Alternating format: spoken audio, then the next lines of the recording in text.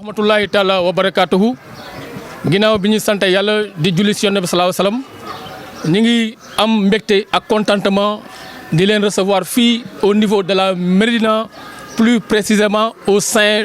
d'un centre à savoir de l'ASC Dames à la rue 19 angle 4 à ce jour le 13 mars 2021 kon di santaat bu wax yàlla di julli ci Yonent bi sallallahu alayhi wasallam di remercier la jeunesse de la Médina et la population de la Médina ñu xam ni lii ñu fi indi rek mooy ci turu collectif des jeunes de la Médina bi dëkkee sosoo fii ci dëkk gox bii ñuy wax Médina ngeen permettre ma répétition bu pédagogique boobu ñu xam ni lenn rek moo leen tax a jug mooy défendre intérêt population et le bien-être effectivement des populations de la Médina. ci kaw loolu nag yàlla dogaloon na ay weer a ngi nii ay jamono ngi nii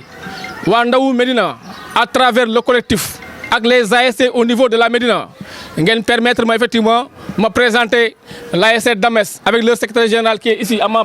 ma droite, le vice-président de l'ASC Koussoum qui est ici à ma droite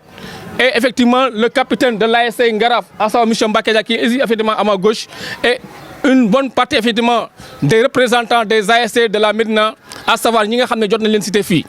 li ñu tax a jug mooy encore une fois de plus nit ki sa kër yaa ko war a defaral sa bopp. say nit rek nee nañ Olof Njaay nee na bu ñay di xale àll doom ji moo tax cela veut dire bu ñu toogee ba jamono ji ñu toll nii ñu war a privatiser école Médine maanaam terrain jaraaf bi nga xam ne ñun loolu lañ ko xamee de manière familière suñ demee ba gis loolu ñu xam ne lii du yoon bi mooy lenn mooy sooy def dara di ko defal ay nit da nga leen di woo ngeen informer leen encore une fois de plus terrain Médine terrain école Médine ngeen di xamee ko ci terrain jaraaf. bu ñu toogee ba ne lañ koy privatiser bu ñu nee privatiser nag mooy fa nga daanul fay dara da nga fay dara bu ñu nee privatiser nag ki nga xam ne daan ñëw di football par dimanche daanul fay dara léegi dafay fay mais nag dafa am taux ak taxes yi nga xam ne nii dañ ko koy teg. ci kaw loolu ñu gis ni ñun Médina bëgg nañ gaalu baax bëgg nañ gaalu moderne wante dañoo gëm ni yàlla may nañu ñu am chance am municipalité. bu ñu nee municipalité nag mooy population yi ñoo ko moom boo xam ne am na budget am na xaalis bu mu defaree terrain bi pour joxaat ko population de la Médina à moindre coût mais suñu gisee ni dañ ko def PPP partenariat public privé ba nga xam ne ni ki nga xam ne dafa jël ay 280 millions comme ni mu ñu ko waxee def ko ci kooku bu koy defaraat vraiment kooku mën na laaj taux bi nga xam ne ni du arrangé kenn te nag ñëpp xam nañu Médina à travers l'ASC maanaam terrain bi boo ko privatiser mooy que ni da ngay rey football au niveau de la Médina.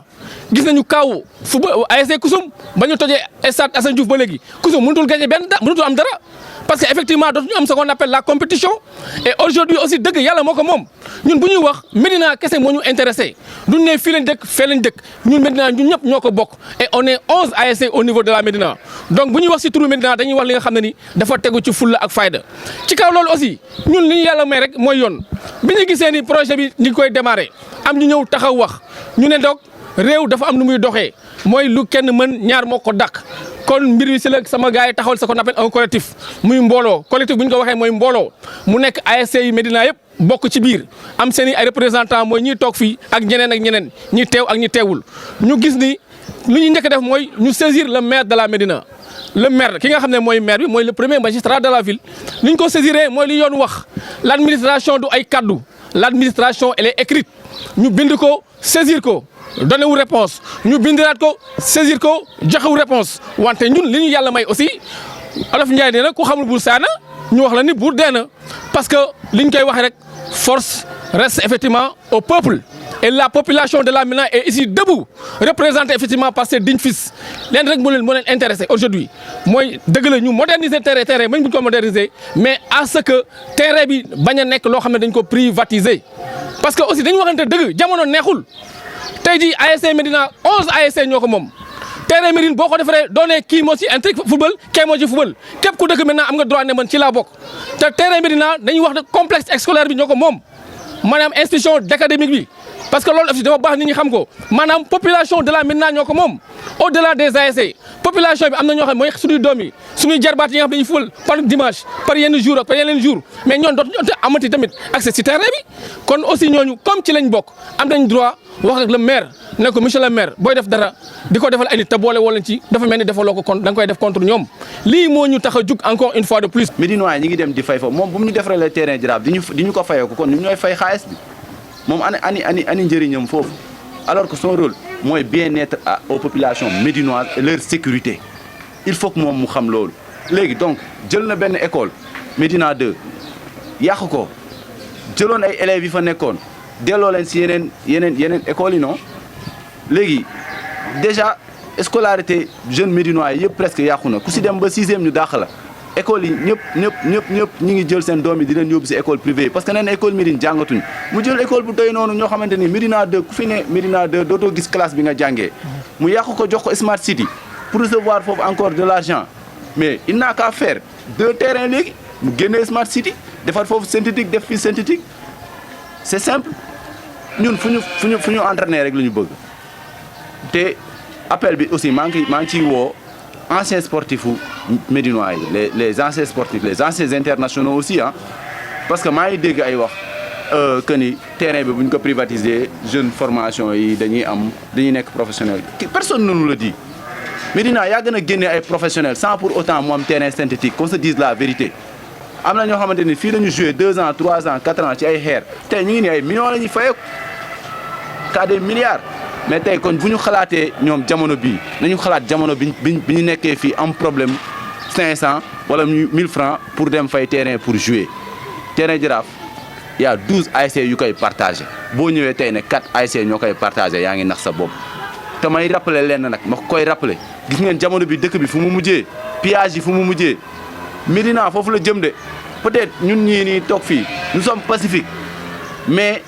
à l'avenir bés bu nawetaani commencé fii dafay jur coow. may la bailleur on l'a interpellé man ko waa yow ban këyit moo xaatim moo wane ni yow da nga leen war a jox terrain mu Jaraaf mu ne non le maire l'a fait de manière verbale man ko mais yow li nga def noonu vice de procédure la yow xanaa xamul yow Sénégal lañ nekk man loolu cela veut dire que il y a quelque chose de nébuleuse qu'est-ce qui dit que jox ko xaalis ci suuf mais il faudrait que ça soit clair waruñu nangu ñuy naan direct waa Médina c'est ça le problème te li sa waay wax léegi-léegi Mbacké wax mooy vrai ça n'a rien de politique lii c'est quelque chose de citoyen c'est quelque chose de très responsable kenn bañu lu baax mais da nga koy teg ci ngor ci fulla ak fayda mooy li nga wax tout à l'heure waa maintenant ku ñu delloo njukkal da nga koy delloo njukkal il ne faut jamais trahir la population de la Médina de surcroît trahir effectivement les ASC de la Médina moom moo wax le bailleur mu ne mënu ma jox 11 ASC ñu fiy footballé mënu ma fexe les écoles de football ñëpp ñu fiy kiiyee mais y a un problème donc aujourd'hui li Mbacké wax tout à l'heure laay rebondir gis nga tubaab nee na il ne faut pas créer de problème là il n'y a pas de problème il me semble que ce monsieur est tellement problématique et confus dans ses idées que lii wallahi problème demain et aujourd'hui la force la meilleure c'est vous savez quoi nga góor du am ñaari kaddu non à la privatisation du terrain Médina. 2 secondo on a un excédent budgétaire au niveau de notre budget au niveau du compte administratif dañ ko ne il n'a qu'à racheter le contrat et effectivement c'est ça aux populations de la Médina c'est ça effectivement ce qui est fondamental ay privatiser ay tâches non pas de privatisation